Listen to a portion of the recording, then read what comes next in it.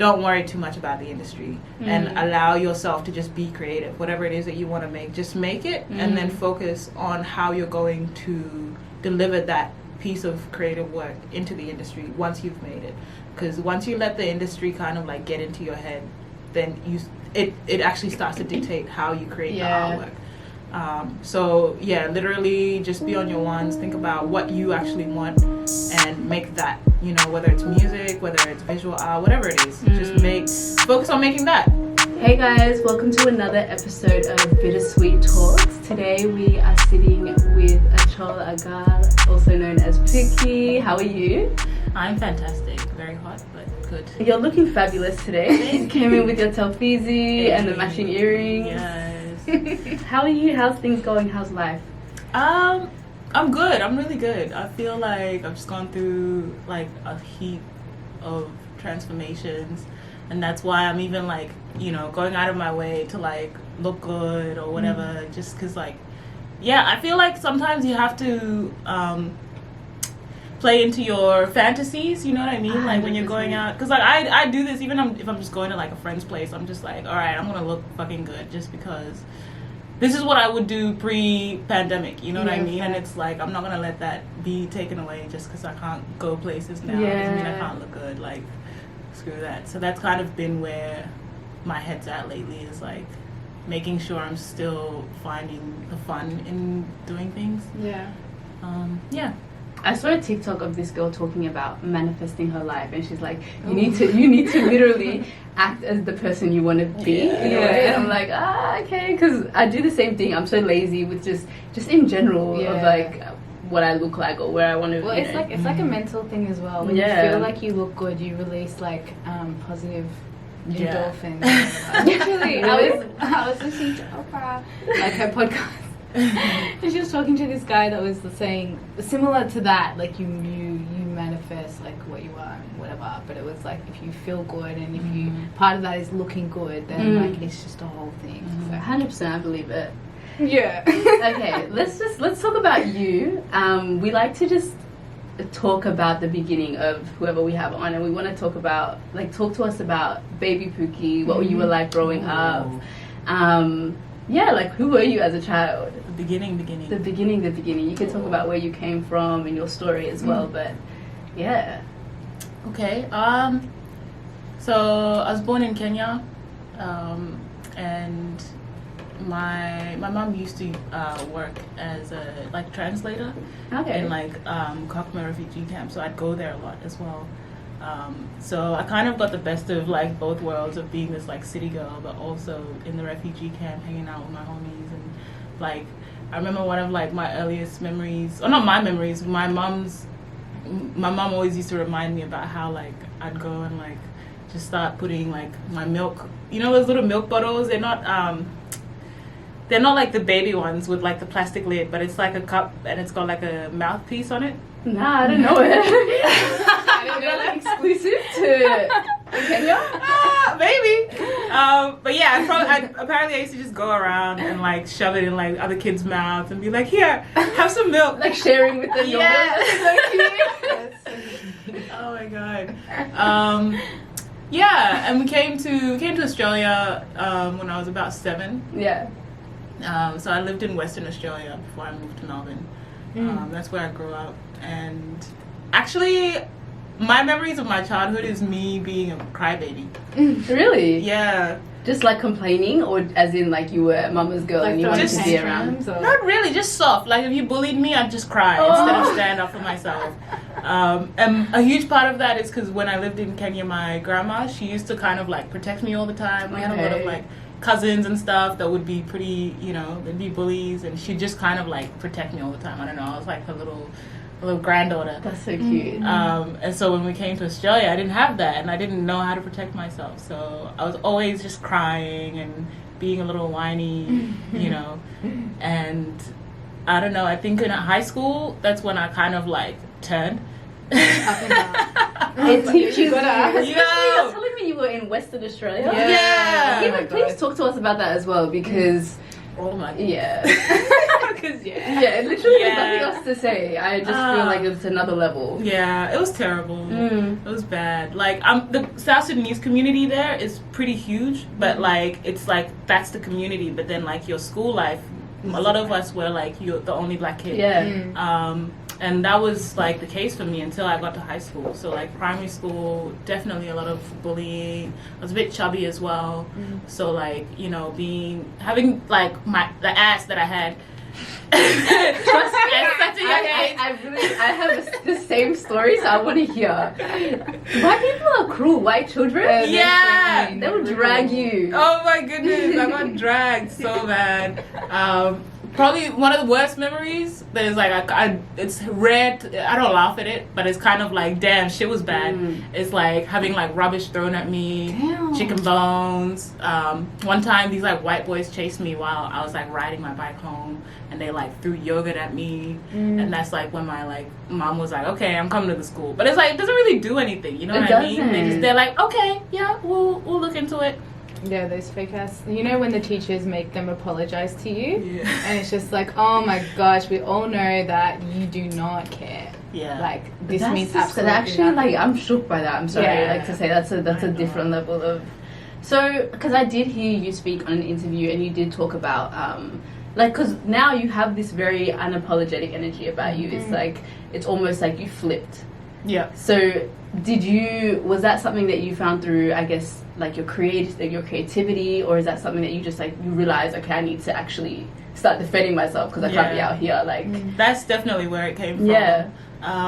So in high school is when I kind of snapped a little bit. I started getting into fights. I started like wagging school. Started like being a bit of a, you know, anti person. And it was great. It was really fun, except for this one time when we wagged school with friends and we went to the beach and almost drowned. But yeah, I started getting into fights. Like, you disrespect me a little bit, then I'm like, arc up. Or like, I was more of like a Robin Hood. Like, if I found you like bullying other kids, that would trigger me. So then I would like stand up for them. Yeah. And like, did they have to be like kids that were black or African, whatever, or was it just like you just didn't want to see that period? Mostly kids that were black, but like it was like specific things. Like for us, we get bullied on things like not being smart enough or like being dirty or whatever. You know how like they kind of like attack, just like weird shit. Like, and it's like that's not even these kinds of things are not. They're not unique to us. You know what I mean? I know some dirty ass white kids. Like. You know, some of the white kids are in ESL too, you know what I mean? Like, it's not, but yeah, it's like things where it's like a normal human thing, but they'll be like, this is happening to you because you're black. And it's like, okay. And I was already tall. I was tall at a young age. I was a big girl. Yeah, so I kind of like saw that side of me come out a little bit. And then also, I was receiving quite a bit of bullying from like my community as well. Like kids our age don't play. They don't play. Bullying on like what were they trying to bully you about? Just shade, you know what I mean? So and a lot of these people like it's like cousins as well, you know what I mean? Like but like I said before, I was a crybaby. So like I would like just kind of take this stuff in and like go and hurt in my corner or whatever. But yeah, like when we go to like our community parties and stuff, there'd be some like shady stuff going on, and like we're all kids growing up, going through adolescence or whatever. So it's like just like interesting stuff. But like that's also where I feel like I grew a lot of confidence, because that's really where you're tested in terms of like being able to stand up for yourself. It's like when it's like at school, it's kind of like whatever, you get suspended for a day and then you kind of move on. But like when you really come head to head with someone who looks like you, who is, you know, about your strength or like stronger, also has the same experiences as you know what I mean? They also deal with their own like form of bullying and racial prejudice and stuff like that in their school. Like they're coming with their own issues and you got your own issues, and then we come and meet in the middle, and it's like it's a different level basically. I'm very thankful that I went through that stuff, and that kind of led me into like writing a diss track, and it was for fun. But that was like my first taste into music. So was that in Perth that you like? So in terms of your whole creative journey, did that start while you were in Perth, or was it so did that start in Perth and then you grew it in Melbourne? Is that what kind of inspired your move? Like, how did that whole transition happen? Not really. Like, when I did the diss track, it was purely a joke. Like, we're just dissing these girls, you know what I mean? Like, but that was your intro into music at that point, or was it just like, I'm just gonna do this because I don't think I knew it at the point. Yeah. Because it was definitely, I'm doing this because fuck you. Yeah. And like, kind of just left it there. It was kind of like, you know, like, I ain't a rapper though. And at that point, I did not believe that that's even something that's on the table for me. You know? It's not. It was not. Even if I wanted it deep down, which, you know, looking back, I'm like, I've always kind of like loved the idea of performance and creativity and inside music and all that stuff. But I never really thought that that's something I could participate in. You know, like, musicians didn't seem real to me. They were characters on a TV. So. But I was already on creative shit. Like, I was already painting. Okay. So when I moved to Melbourne, I actually moved here to pursue an architecture degree. Really? Yeah, and then that's so interesting. But even like listening to that, I was gonna ask as well, just about going into music. I feel like it's one of those things where, again, you look at it from a distance and you're just like, oh, that's cool. Like, they're doing that. How did you picture yourself getting into doing that? Or like, I don't know, how do you go from... it's crazy. Yeah, it's weird. I didn't. I started studying for architecture. Did it for like six months, like just the first half semester. Yeah. And then I was like, I'm taking a gap year. I was like, ugh.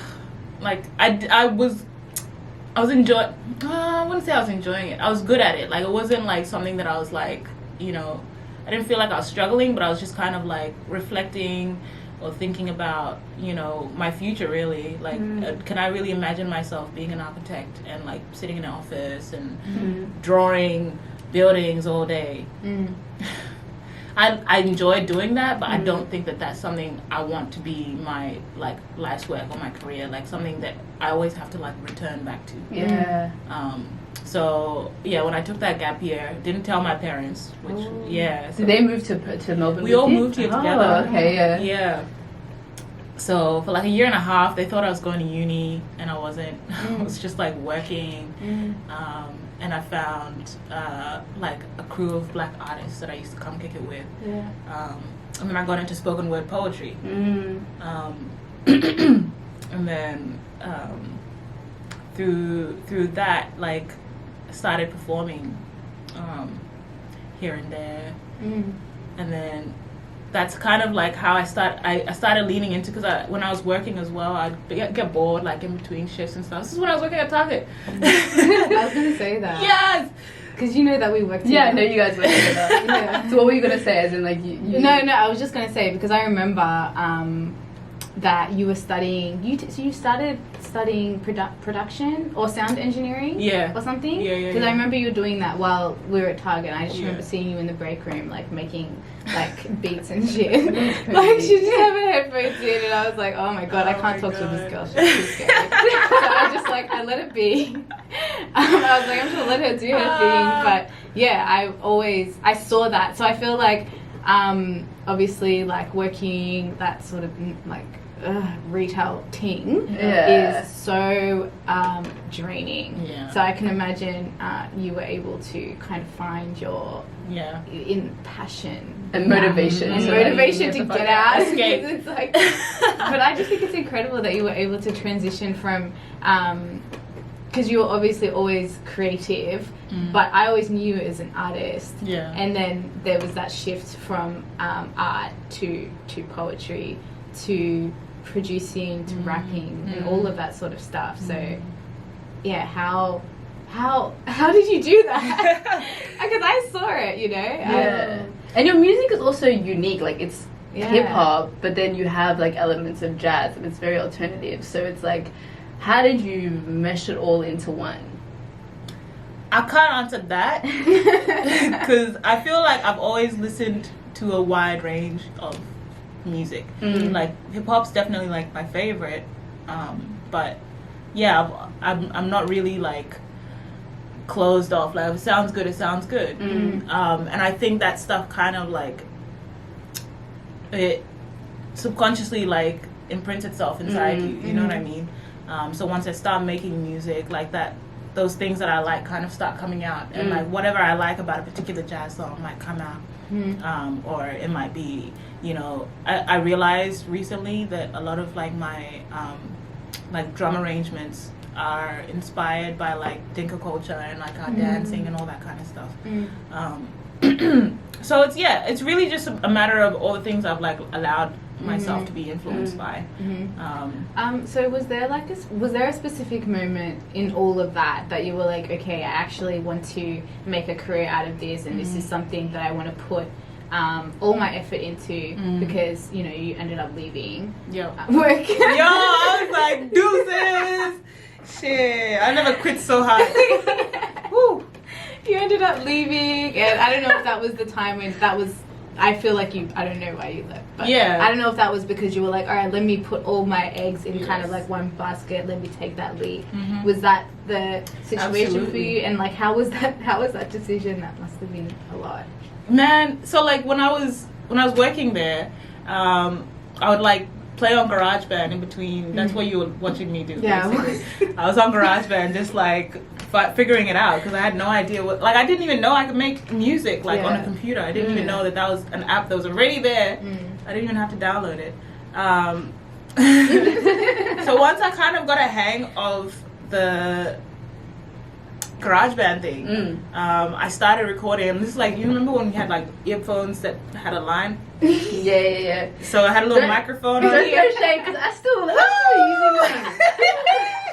They're reliable. I recently got recruited to do the headphone. Let's go. Get out and charge them. But yeah, so like, people really come for people with the headphones. Yeah, because it's like it's 2022. Grow up. I don't have to charge them. I could just, you know, get up and go. I want to say I don't judge, but I saw this girl with the ones, and I just stared at her for a little too long. What do you mean? The way you just said that now, the headphones with the little, it wasn't that long ago, guys. It's literally like last year. I don't know what you guys are talking about. Anyway, I start recording my poetry, spoken word stuff, because I was like, I could just do this, but like in a cadence. It doesn't have to be, you know, all, you know. I don't know. Is this a podcast? I don't know. But I feel like, okay, with poetry, you can have a structure, but you don't have to. Yeah. You know, so I was kind of like, okay, maybe I can like turn these words into rap. Like, it's just lyrics if you really think about it. And what turns it from poetry to rapping is how you say it. So I started doing that, adding like my vocals and my poetry to rap, to my beats, the beats I was making. And then 2017, I think that's when I quit. It's because I was really digging the whole production thing. So I found a music course at Box Hill, and it kind of covered everything I wanted to know. Like, I was pretty curious, and I was like, all right, cool. Apply to Box Hill, write my letter of resignation, move back home, because I was living out at that time, and I was like, I'm not gonna have money to like study and pay rent. So I was like, Mom, take me back. Take me back, baby. At that point, did they know that you weren't doing engineering anymore? No. So they still thought that you were doing engineering. Architecture. Yeah. Sound engineer. Okay. Yeah. They thought I was still studying architecture. That's crazy. Yeah. How are you even like? What are you saying to them? They just ask questions. They like do. That. Really? Yeah. How's school going? What made it easy was like I wasn't living at home. Well, for half of it, I was living at home. So I would actually, this is so sad, but I would actually get up every day, acting like I'm going to uni. But I'd go to either work or I'd go like figure something else out where I'm going to hang out with friends, or if I'm going to be in one of these like art spaces doing poetry or whatever. Like I was kind of living a double life. Yeah. But then eventually I moved out, so it was a bit easier. So when they'd call and be like, how's it going? I'll be like, yeah, it's good. Yeah. So when they like now, what are they saying? Well, I ended up telling her the truth eventually. So I started studying the music. Yeah. Ditched retail, went back home. At that point, I think I was pretty depressed as well. From retail. So I was just kind of like, I felt like, you know when you feel like you're in a spinning wheel. So I opened up to my mom about that at least. So I guess it kind of made sense that I wanted to come home. And so it was a bit of a reset. It was nice because it's like, there's food in the fridge now. You're dealing with a new kind of it's beautiful being at home situation. And then I started studying music. At that point, I still didn't tell her that I'd changed. Like, she still thought I was going to uni for architecture. But at least I was going to uni. And then look how you came out now. She's probably like, okay, what can she say? Oh my gosh.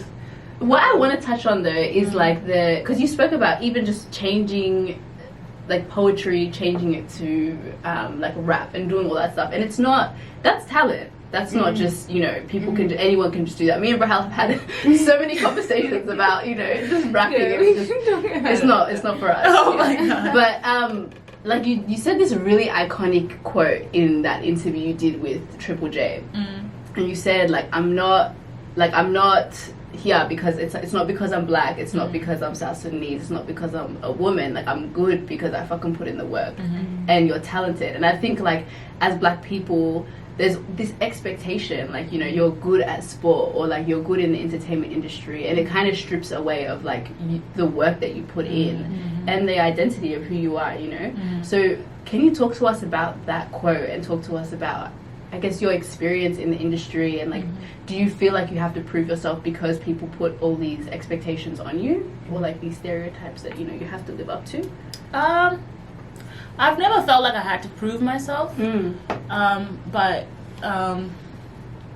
when I started studying, like it was hard work, like because firstly this is like me just jumping into music, you know what I mean? Like I've never, it's not like I had some musical upbringing or anything like that. Like it's all, everything I know about music is from listening to it and dancing to it, and just like an actual passion for music. So like I don't know, I felt like I just genuinely loved it. So it was very easy for me to actually put all my effort towards it, listen in class, because even before studying music I used to think I was like bad at studying, you know what I mean? Because even like growing up in high school, if you don't get something, the teachers don't really make an effort to explain it to you or understand your way of learning, you know. So I just assumed that I'm not good with academia or whatever. So I started studying music. I was like, oh, I can do this. Yeah, this is a vibe. What the hell? But it was still, not to take away from like the difficulty of it. Like it's still studying. You're still having to like make time out of it, for it, outside school hours, all that kind of stuff. On top of that, I was like beginning to start performing outside. Like any small gig I found, whatever it was, I would just do it just because I want to build my skill set up. And so this is like uni all week, performing all weekend, all week, performing all weekend. And that's really draining. Like I eventually like burnt out, It's like it really does definitely take a toll on your body, on your mind.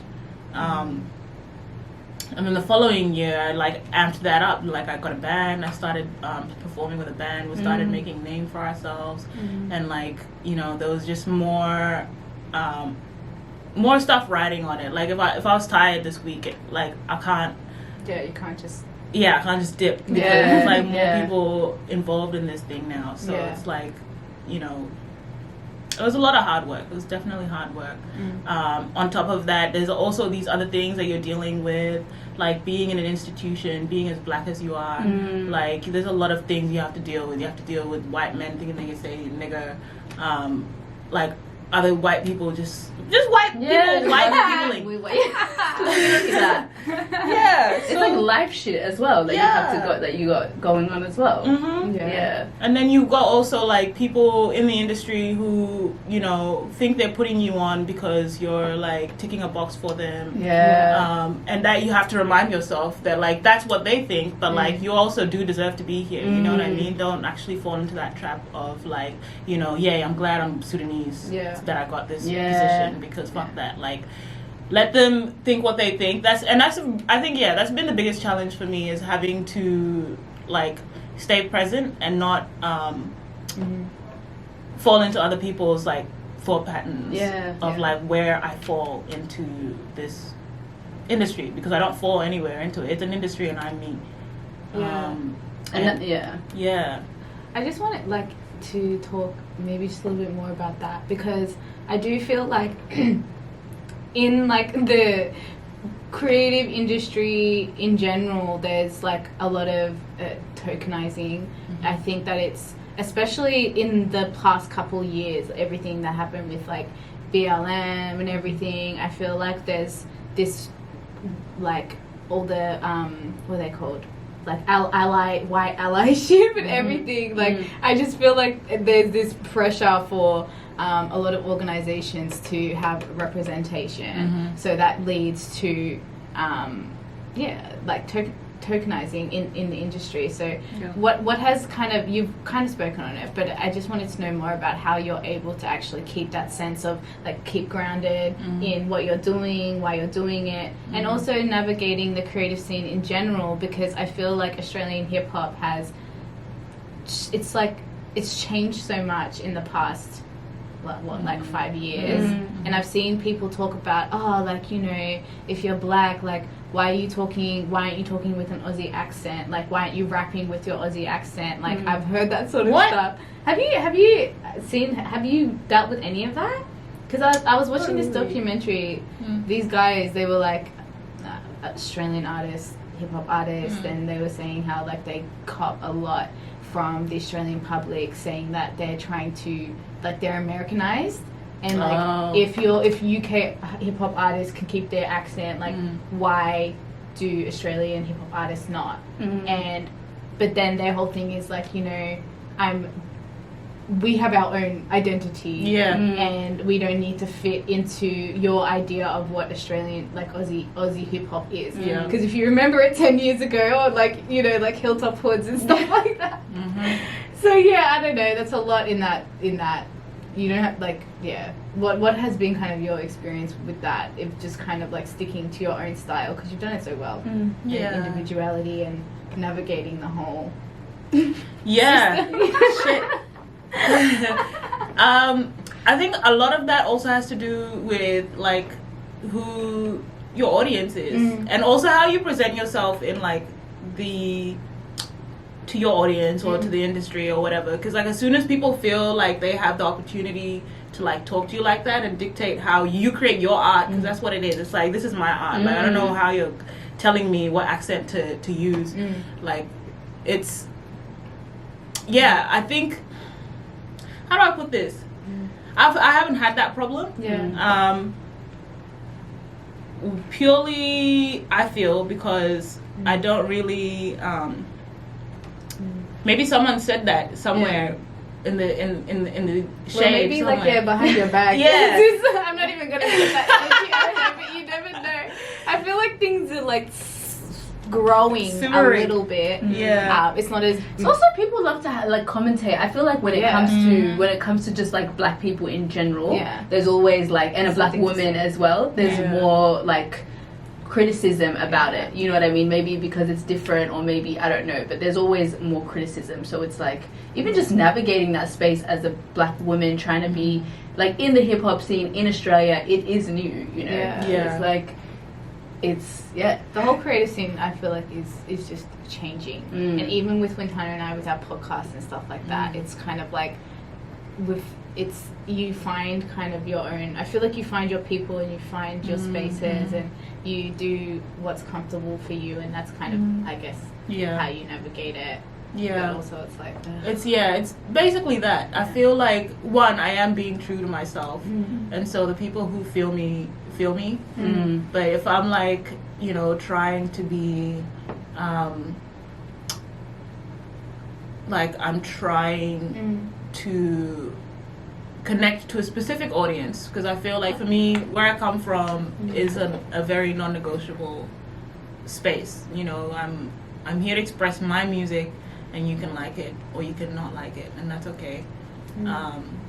And so there's not really any, and also like I said, I'm just being myself. If you hear any Americanized accent in my music, that's probably because most of the TV I watched growing up was American music I listened to was American music, because anything Australian I couldn't relate to. It was all white, like I can't, you know. So even when I talk normally to my friends, it's gonna be an American accent that pops out here and there, and what do you call it, British accent that pops up, like, and it's not, that's just my accent, because that's how, like, if you think about how accents even come to play, all of us, even though we all have an Australian accent, as people who grew up here, we all have our own little twang here and there of, first of all, where we come from.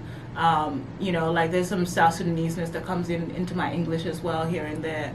So it's like, it's kind of like weird when you're like, hey, your accent's not right, because it's like, what, can you like pinpoint to me an exact Australian accent? Because even amongst the white community, there's a ton of a range of different Australian accents in itself. So it's like, yeah, I think it's just kind of that whole nitpicking thing of like trying to tear down what this person is doing, instead of just like, do you like the song? Literally that, it's just, you like the song. I want to derail, because I was listening to your song Tuesday, and I think it's a banger, and I feel like it got a lot of traction. It's just like the actual, like the rhythm of the music and everything was amazing. And shout out to Basel, who you had on it. We did an interview with her the other day. She's lit. Not the other day, like a while ago, but she's lit. But I love the messaging behind it, because I feel like, again, it's especially contrasting to what you were telling us earlier. It's very unapologetic. It's very like, you know, you have your circle, you have your people, and it's like, fuck everything else. And I think that messaging is so important, especially for people, like, I guess, getting into, like, just growing up, becoming more sure of yourself, and like sure of yourself, and making sure you have that kind of energy around you that's very like supportive, and people that are really there for you. Can you talk to us about like the inspiration behind the song, and the like, what was the message behind it? Because it was really real. I don't even know if there was like a push to have some sort of message behind it. It was just like a song that just came to be. And like Basto and I have this really beautiful relationship of like, when we make music together, nothing is forced. It's just like, you know, whatever comes out of us, and it's always in a very honest place of where we're at. Sometimes we're in the same place, sometimes we're in different places, and we'll still meet each other wherever that place is. And Tuesday was like, I made that like during the first lockdown. And yeah, it was definitely when, like, during that like first couple of weeks where it was like pretty dark, and like really wrapping your head around the fact that like we just can't go out. And also because of that, having to like delve into yourself now, because you've run out of things to do. So you're really like seeing yourself in like different ways. And so I expressed that, you know, when I made the beat. That's kind of what I was feeling when I made the beat. Like I feel like sometimes, and I hate to say it, but I feel like my like lowest or darkest moments is where I create my best art. Is like, I can find something in that moment or in that struggle to pick myself up. And for me, it was to make that beat that made me like, ooh, damn, okay. And then I recorded the hook. And then I sent it through to Boston. I was like, what do you think about this? She's like, oh, nigga, that's the shit. Is it like almost healing for you when you do create that? Because it's like, is it, how do you feel once you put something like that out? Or even once you've just like created something like that? Really good. I mean, once I made it, I still didn't even really know it was like, you know, that great of a song, but I was enjoying it. And so I bounced out a demo for myself too, and I'd like go, when I had my 1 hour to go to the park, I'd go and just like bump it like on repeat and just be like, you know. And it's interesting because it's like I'm hearing myself, but I'm also experiencing myself in this moment. So it's kind of like, I don't know, I really don't know how to explain it. But that also, like, I feel like that also says a lot about how you believe in yourself and like being sure of yourself. Because I feel like a lot of people, one, I feel like it's so hard to reach that level of introspection and really know yourself, and two, it's so hard to sometimes fuck with your own art, like sometimes not fuck with it, but like sometimes be confident in what you're doing and really love it. So it's like that's amazing, you know. And you're right, it really is. And that's why I said, like, at that point, I didn't even know that this is something I was going to be releasing out into this world. Because that also changes everything. You might make something and you're like, oh, okay, I fuck with this. But then the idea of, like, releasing it comes in, and then you start attacking it. And you start seeing all these things that are wrong with it. And you're like, okay, it's not perfect. It's not ready for the world to consume just yet. But, like, Basto sent back, like, her hook. And like it was just kind of like, oh shit, okay. And it was very easy to like come back and add on to that. Then I came back and wrote my verse onto it. And then I started and like producing some more, like adding more layers, like, you know, because I feel like for me the vocal aspect and the production aspect are just equally as important, so they kind of work off each other. And so listening to Basto's like verse like actually inspired me to like produce more and add some more synths here and there, and shape the song differently to how I had pictured it when I first made it. So I think I don't know, I'm just like going. No, I'm hearing what you're saying. I really love the song, and I really love, like, for me, I don't know if that was like that messaging, but I really felt that as well just listening to it. With the lyrics and everything as well, I was thinking the same thing. Wintana was actually the one that was like, oh, like she really picked up on that part of it, like what you were actually saying. And it's crazy how much you can put something together and it can just, like, you know, affect people in different types of way. Like, have you had that experience being an artist? Like, have you had people come up to you and be like, oh, Pookie, like, your song, like, Rahel, the way you said it. like, your song, like, like, it affected me, because I've definitely had, you know, that experience with artists that I listen to and stuff like that. Absolutely. Even now I have, like, you know, very close circle of friendship that when I make new stuff, I'll send it over to them. Just like, hey, just wanted to share this with you guys. And they don't have to respond to it, you know, like, that's the other thing. It's like, I'm not asking you for feedback. Just experience it, and whatever you feel, I would love to hear it, but like, also that's not the agenda here. And when they do come back to, like, you know, let me know how they felt about it,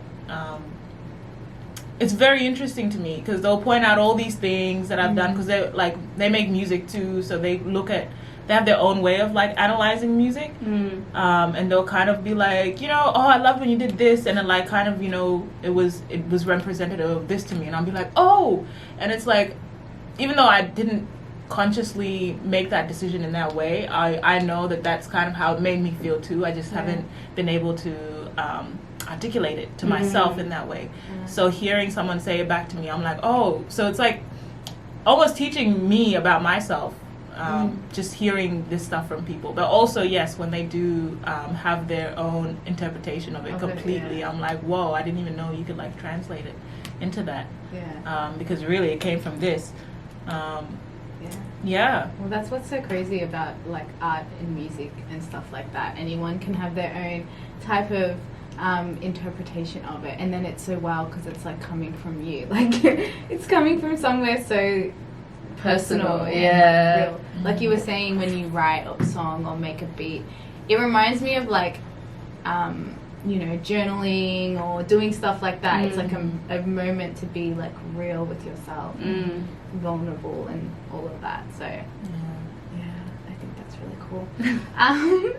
But we were gonna ask you, just for you know, young girls, people out there that, like, you know, would look up to you and maybe aspire to break into the creative scene in general. Doesn't necessarily have to be, like, rapping or hip-hop or stuff like that, but what would you say kind of your key takeaways from your experience, and kind of any bits of advice that you would give to young women of colour specifically black girls out there, like, you know, looking to get into the industry?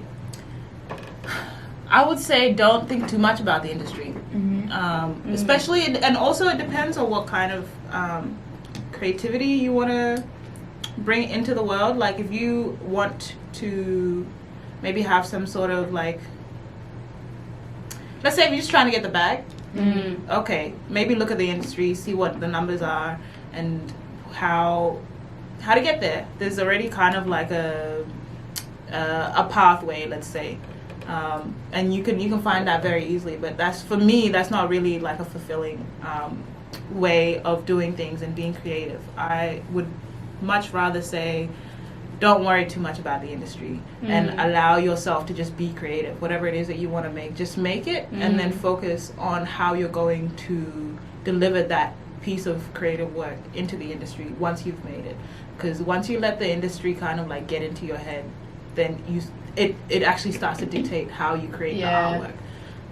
So yeah, literally just be on your ones, think about what you actually want and make that, you know, whether it's music, whether it's visual art, whatever it is, just focus on making that. And because honestly, that's kind of what the industry wants at the end of the day. Like, the industry is a bit of a machine that wants to like churn things up and spit it out quickly. But at the end of the day, what it's really searching for is that real raw shit. And if you can make that, then, you know, it's going to be worth more than what you can make for the industry in the meantime. You know, what about the people that like want to find community? Because I remember when we were starting this podcast stuff, I was like, I don't have like creativity is very subjective, right? And it's like, you might, like, I personally didn't see myself as a creative because I was like, I'm not out here making poetry and doing this and doing that. But it's like very much like once you find your community of people, you start to feel like, okay, like I actually do fit into this pocket of it. So I guess, like, for you, how did you find that community and how would you tell other people to do that? You know, and I'm like, I just feel like it's so important to have that kind of, that sense of community. Yeah. I don't think you'll find that community before you start doing the work. Like, it's something that comes as you start progressing in your line of work. So what I would say is because you just got to start doing it, whether you have community or not. And while you're doing that, people do come along the way, people you meet, whether it's people you approach or people who approach you, you kind of just have to like create relationships with people, just the same way you would in a friendship, or, you know, outside of like work, outside of like the work sphere, because that's how I approach networking. It's just like, you're a person, I'm a person, and we connect on this particular thing about music, but like, do I like you like as a person? And if I do, then like I can kind of, I feel like you're someone who could potentially be a part of my community. Where if I'm like, okay, we connect on this music level, but if I'm not really feeling you as a person and can't really imagine spending X amount of time with you outside of like our creative endeavors, then you're an associate. You're someone I'm gonna, you know, we can still be cool. But it's not like that. It's not like that. You're not in my community. For that. So your community has to be people you can like be comfortable around and be okay with making mistakes around, because they're the people who are also going to be like, oh yeah, you could do it this way instead. So your community is really is a friendship group, really. 100%. I agree, because especially being in kind of this type of world, it can be like when you were saying, like, just because you connect on a music level or whatever level, it doesn't really mean that doesn't just translate to community. Because if that was the case, then you can still be around those people and they can still bring like not great energy. Like, for example, for me, I just like I go instant into kind of like a shell, like I intimidated, and I need to be around the right people to be able to kind of produce my best work and like be my best person. And that's not to say that like they're bad people. It's just like I just don't vibe with you and I don't know what to do about that. So I completely agree. I think it's important to like find the right people, your community Yeah. in that sense, or whatever sense that works. Yeah. Yeah. Well, yeah, thank you so much, Pookie, for coming on. You've been blessed, honestly. Like, you've just really dropped gems, and we're just grateful that you took the time to come on to the Bittersweet Podcast. Bittersweet Talks. This has been so much fun. I won't go there. I was just gonna say, I love being interviewed by Black women. Period. Honestly, this is what we're gonna start seeing more of. I feel like, it's gonna get there. Oh, I hope so. But thank you. Thank you. All right, bye.